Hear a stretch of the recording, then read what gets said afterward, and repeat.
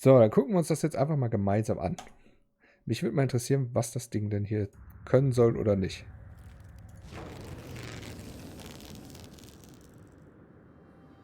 You're here by the grace of your lineage. You stand on the backs of those who came before you. The defiant ones. Outlaws of adventure, explorers of the unknown. Harley-Davidson defined the motorcycle. But it was you who challenged the destination and rode across continents. You who climbed uncharted mountains, who raged through desert sand, and faced the fury of ice and snow, in the hope of discovering beauty unknown. You are the pathfinders, whose hearts beat to discover new terrain, and to find yourself all over again, in the emptiness of an open road. It has always been your relentless spirit for adventure that's pushed us to take you further. Why call it adventure touring when it's human nature to seek beyond our limits? I am the Pan America, forever exploring. And I am here by the grace of my lineage. I am Harley-Davidson.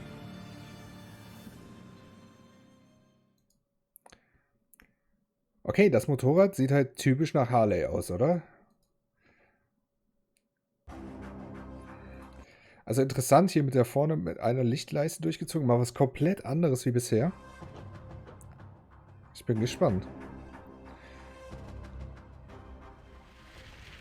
That's what it's about. Look at this. It's been years that I've wanted to do this.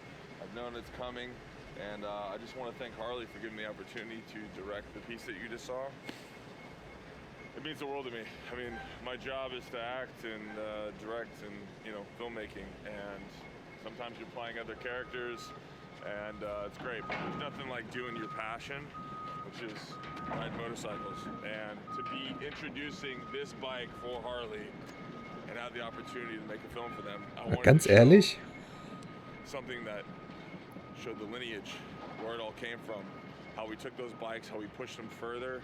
hat schon was. Whether that be up a mountain, through the desert, just pushing it to all speeds and taking something that Harley created.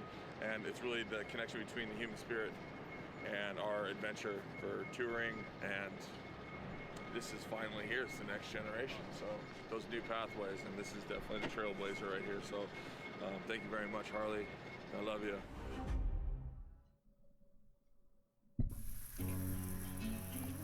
Schauen wir mal weiter, was da noch so kommt.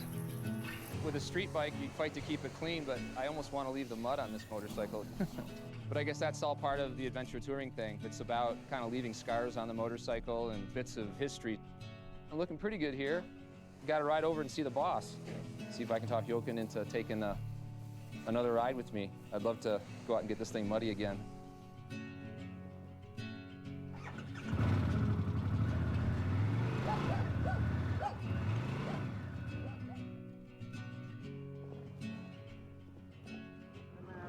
How you doing?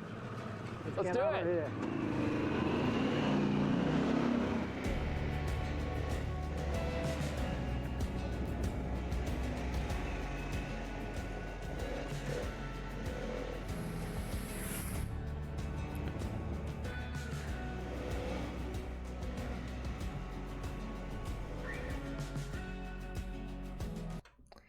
Oh, warte. Schade. Vielleicht haben wir gleich nochmal die Chance.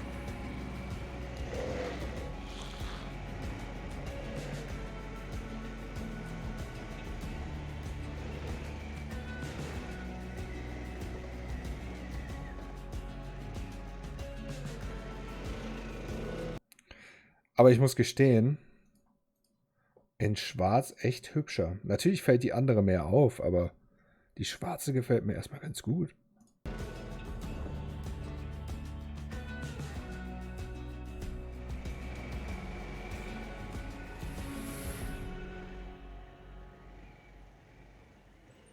Wow, what a day. Oh, man. Awesome. That was great. What ride more did you try? I was in off-road mode. I played with sport mode a little bit, and then we got into some gravel, and I actually put it in like the rain mode. Off-road mode was the best. My favorite. So we get the fire going? Yeah, let's do it.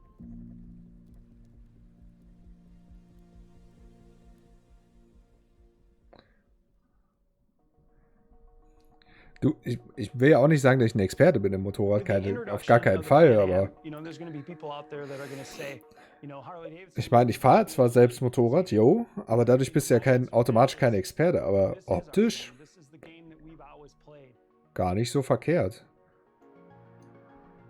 Aber mal gucken, was so an technischen Highlights kommt.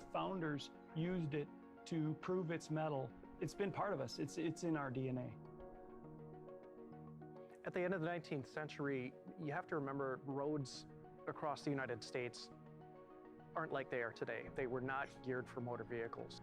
They were designed for horses, horse-drawn vehicles. You commonly had roads that were nothing more than sand. You'll see it in the Harley-Davidson marketing literature. Their sales were in competition with a horse and buggy. And so they were saying, you know, don't buy a horse. A Harley-Davidson can get you down that same trail. It can do the same thing and get you to the place where a horse would, and you don't have to feed it, you don't have to clean up after it, and there's just so many more reasons why a Harley-Davidson is a better choice. You know, that's where trail riding comes from. It's from getting on horseback and actually riding trails, and that's where a motorcycle was one step ahead of an automobile, where it needed two trails to get down. The motorcycle could go down that single trail, and it could get you back to your favorite fishing hole, or get you to that favorite hunting spot where, you know, where the bucks hid out. It's what the early founders really set out to do. You know, you kind of had a perfect storm. You had an engineering guy, you had a manufacturing guy, you had a dealer guy, and then you had a marketing guy. And he said, if we can prove that our motorcycle is far superior to every other motorcycle out there by being able to handle whatever terrain under whatever conditions, that's what people are going to want.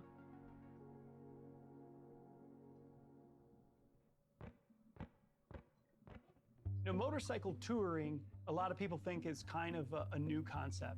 And believe it or not, the Milwaukee Journal Sentinel actually had their motorcycle tour of the woods that dates back to 1907. You know, Lake Geneva's, what, 45 miles away from here. But, you know, that was a day-long trip on a Das muss auch wahnsinnig gewesen sein, ne? Mit diesen alten Maschinen quasi so Offroad-Trips zu fahren. motorcycle in those days. There's one adventure touring story of a part that they had developed called a two-speed hub that, among other places, got its testing with a customer who was crusading in Wisconsin to help prevent the spread of tuberculosis. His name was Ted Worley, and he was an avid outdoorsman. And one of the things he loved about his job is it got him out in the outdoors as much as possible. And he ends up writing a pamphlet on behalf of Harley-Davidson called Camping Hints When Touring with a Motorcycle. And it's everything from how to set up your tent. There was a recipe for soup. There's even a great illustration showing how he set up the luggage on his motorcycles. Stark. By 1920, we're a global company. We've been selling since 1913 in Japan. We've been selling in Brazil. We've been selling in Australia, Europe. And so we start seeing these letters flow into the company. Here's my trip to the Panama Canal. You see, you know, Harley-Davidsons and elephants and all these exotic things. There was nothing holding you back. You know, as long as there was ground and, you know, the motorcycle could conquer it. We talk about on-road or off-road. Well, what's a road? You know, to a motorcycle, what isn't? When the sport model comes out, a good amount of the advertising talked about these kind of competitive rides they did up a mountain road. There was a fellow by the name of Charles F. Barrett, and he entered his Harley-Davidson, and he beat out every automobile in the Utica AAA Auto Club hill climb, and he beat them handily. And after that, all the auto clubs, including the AAA, outlawed motorcycles in their hill climb. In 1930, William H. Davidson, who is the son of William A. Davidson, one of the co-founders of the company, wins the Jack Pine Enduro. And this was an endurance run held in the Lower Peninsula of Michigan. And by that point, it had grown to have quite a reputation. One of Harley-Davidson's dealers, a woman in Detroit, Michigan, Dot Robinson, would talk about, having competed in the jack pine. She talked about, scratches on the arms from tree branches. And the jack pine was some of the most grueling terrain that anybody could ride. She competed several times, won it twice. Schon komplett andere Welt, wenn man sich heutzutage mal die Maschinen anschaut. World War II comes along and it changes literally everything. Also ganz ehrlich, dafür, dass das ein Video ist von Harley und quasi die neue Maschine, die Pan America, anzukündigen oder zu veröffentlichen, super interessantes Video mit einer generellen Geschichtserklärung, ne? Everyone. They took what was the W, as it was called, civilian model, and made a lot of adaptations to it. They were specifically designed to handle conditions that the military used things like Jeeps for. It has stronger forks, it's got stronger handlebars, it has a skid plate on it, it's got an air cleaner that has an oil bath so it can handle dusty conditions. Luggage racks and gun scabbards and ammo boxes, they all get incorporated so they can handle that terrain. And they would get letters from servicemen serving in the Pacific, servicemen serving in Europe saying, I was a rider before the war, or maybe they weren't, but they're riding a Harley-Davidson in the military now, and they would report that it's handling it well, and it's really a reliable bike. And, those guys wanted reliable vehicles. They didn't want to get stuck anywhere. You never knew when you would get in a tight spot. So as the interstate system comes into play after World War II, and we start seeing the advent of the superhighway in the United States, Harley has to really pivot. You're starting to make motorcycles that can travel at a higher rate of speed. They can carry multiple passengers and more gear. People are going to go further distances. What might have been a day trip that was 60 miles away, now, you might go 300 miles. In 1956, we sell our first true touring motorcycle where it's sold is the fact. It's the king of the highway. And you get saddlebags, you get a windshield. It's got an extra thick buddy seat so you can take a passenger along. Da wurde Harley quasi zu der Marke, glaube ich.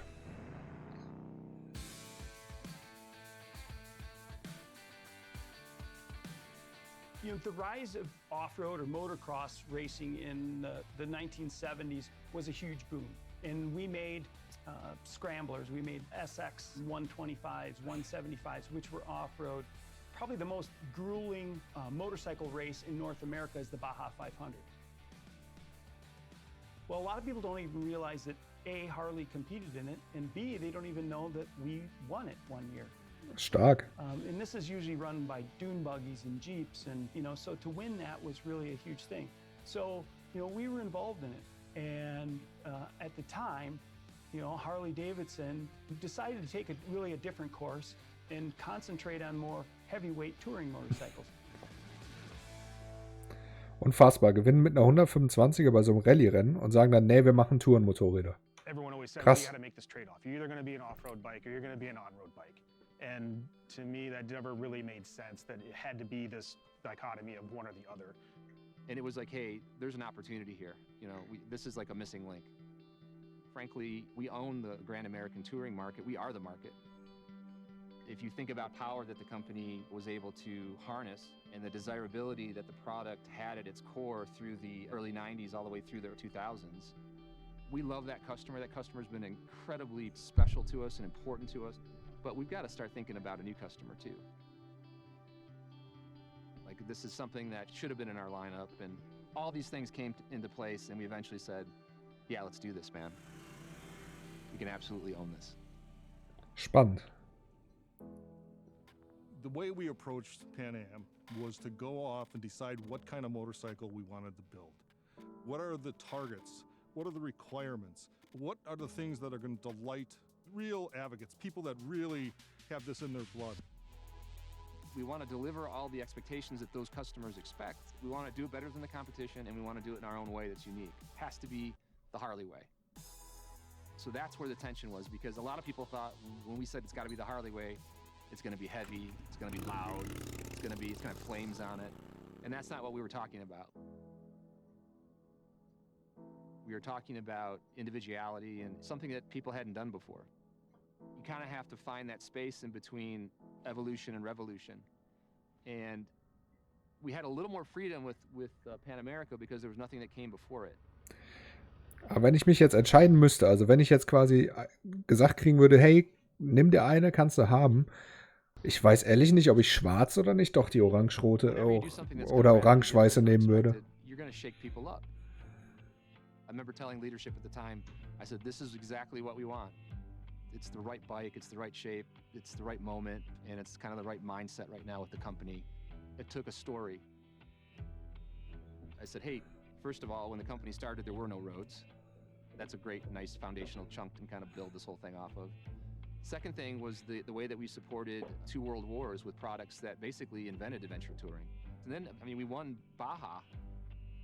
And if you think about America and just the vast amounts of land that are unpaved. Ja, das Schwarze ist halt das super Dezente, ne? Aber das andere wirkt halt auch echt interessant, wenn man sich das so ein paar Mal anguckt. And the fact that you're being so polarized about it is a really healthy reaction to have. I believe iconic, innovative design scares the hell out of people at first. And if we don't have that, that means we haven't pushed it far enough. Being an industry-leading company doing touring puts us in a really great position to build an adventure touring bike. Because it's an adventure touring bike, because it's a tool, because function absolutely has to deliver, we were lockstep with engineering. The acuity to actually put that engineering into the bike to make it a superior motorcycling experience was a lot harder than people might have thought. It was ground up, and it started with the powertrain. We're not really into covers and decorative things that you put over and hide. We're really more into the functionality. What you see is actually what works. And that's why we believe that the engine should be out front and proud. The concept here was to design the engine such that it was stiff enough to be the central member of the frame. Which gave us the opportunity to make the whole motorcycle lighter. And that, as a designer, allows you incredible flexibility because you're not stuck to a frame. You can actually design from the engine out. It's shaped so that you can take high-speed turns and really get a grip on it. From a dynamic standpoint, the Das heißt, low and it needs to be in the right places. How do we optimize our frame weight to get the stiffnesses we need? There's so many areas that have to come together to make this thing work right. It's really. Das heißt, hier der Motor. Grau ist natürlich auch hübsch, oder? Haben wir jetzt noch gar nicht gesehen, grau, aber der Grau ist auch hübsch. Das heißt, der Motor ist Teil des kompletten Rahmens. Und nicht nur integriert. Das ist interessant. Then we had the problem that everybody in the company wanted to get on them. At our Arizona test facility, we built a whole new section just for testing off-road adventure touring bikes. Krass. We developed 9 different criteria that we look at for off-road development, dirt roads, how the bike behaves, how it slides, how it doesn't, where the grip is, where it isn't. So all the road bike knowledge that we had just came on top of that. We spent a lot of time and effort to make sure that the bike really did everything.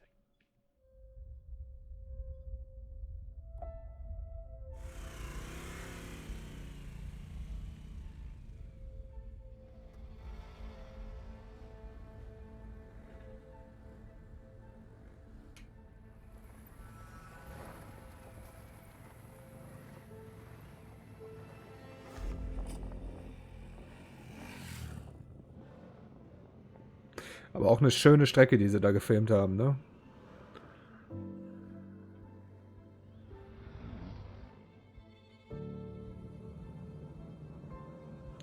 Sehr, sehr schöne Strecke für eine Präsentation von so einem Adventure-Touring-Motorrad.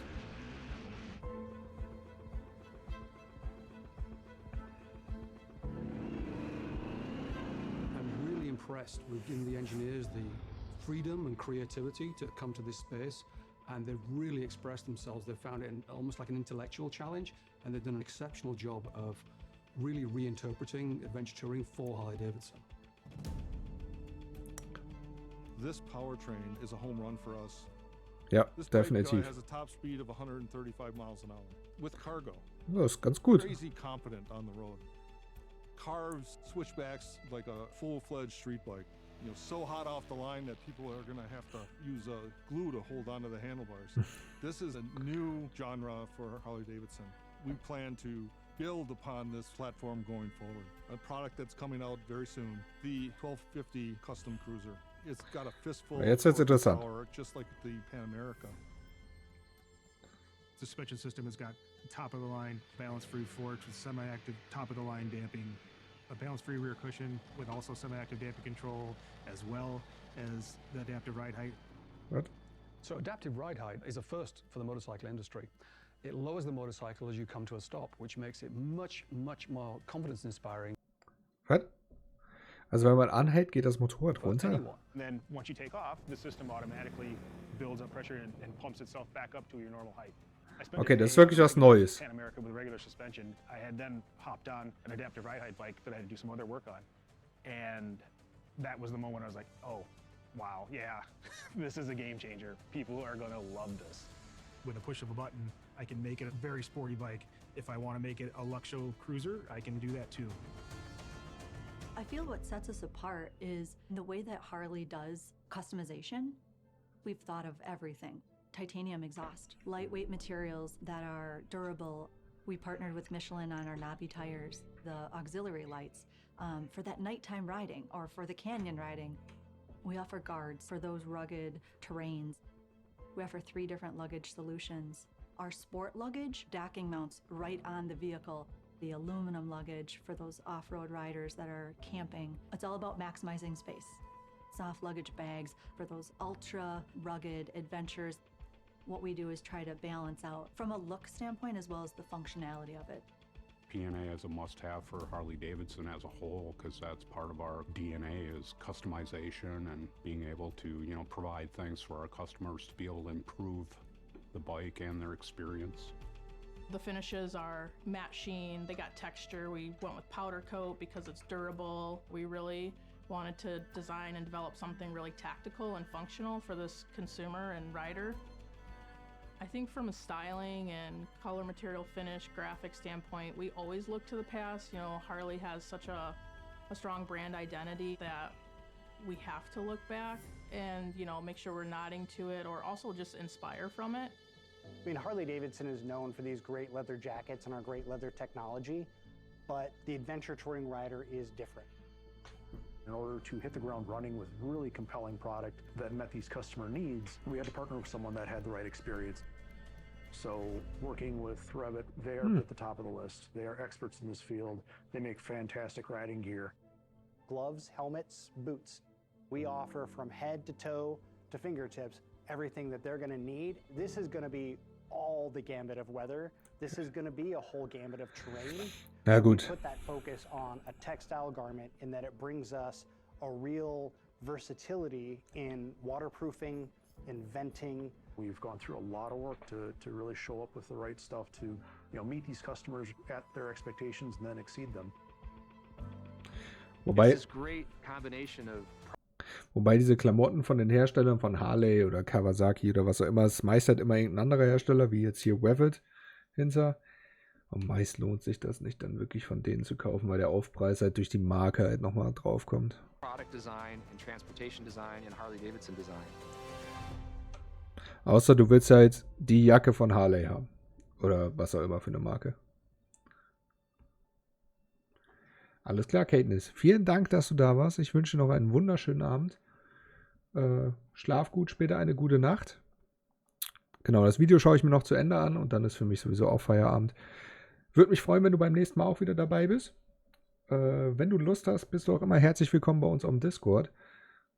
Da kriegst du immer alle Informationen, wann die nächsten Streams sind oder was generell so ansteht. Also in diesem Sinne, vielen Dank und bis zum nächsten Mal. Mach's gut.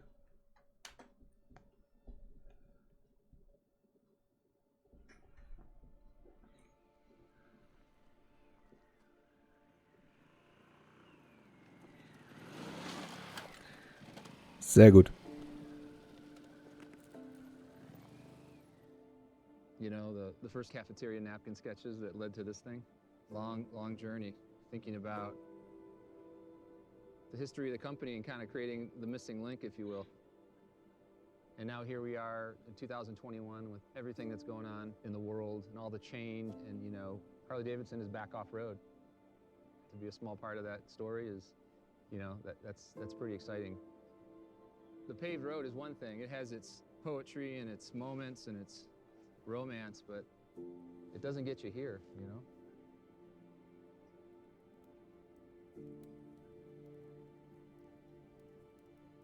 Thanks for showing me around your neighborhood.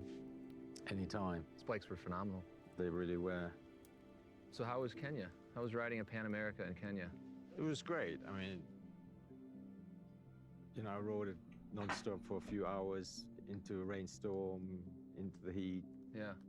Gravel, off-road sand, all the riding modes, and it was, you know, really fantastic. Even at night, you know, in that landscape, you have elephants and giraffe and everything showing up at the same time. Incredible. No, it was quite amazing. After a couple of days, get to know the bike. Sehr gerne, sehr gerne. You know, for the power it has, it's incredibly agile. Yep. It's a proper Harley machine that you ride through thick and thin. Im Moment ist der aktuelle Plan, dass wir alle 2 Wochen wollen wir unser Koop-Projekt weitermachen. Sodass wir da so ein bisschen eine Regelmäßigkeit reinkriegen. Das heißt, alle 2 Wochen spielen wir Stardew Valley als Koop weiter. Und dann, ja, so spielt jeder für sich halt noch ein bisschen seine eigenen Sachen. Donnerstag steht bei mir jetzt beispielsweise mal Song of Horror im Programm. Bei der Nessie weiß ich gerade nicht, was sie genau am Donnerstag macht. Müsste ich nachgucken. Ja, aber genau so sieht es im Moment aus. Aber herzlich gerne, herzlich gerne. More I rode it, the smaller and smaller the bike became. It does. It feels lighter and more agile, and you just gain confidence because it's very forgiving.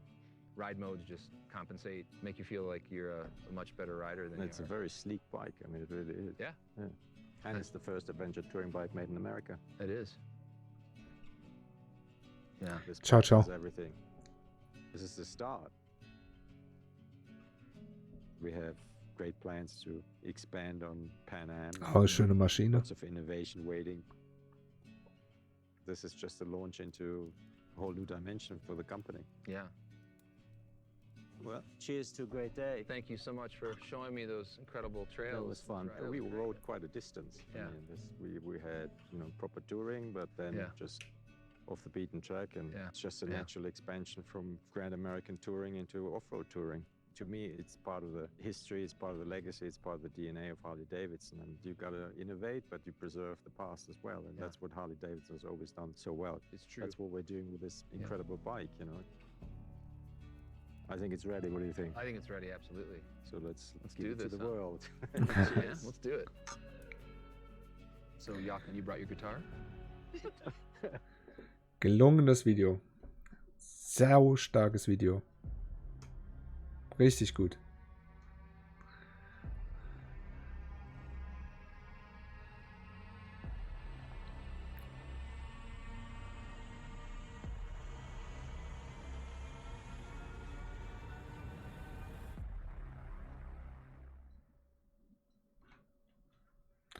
Also gar keine Frage, Leute. Man kann von dem Video, von dem Motorrad halten, was man will. Aber das Video ist unfassbar stark gemacht. Unfassbar gut.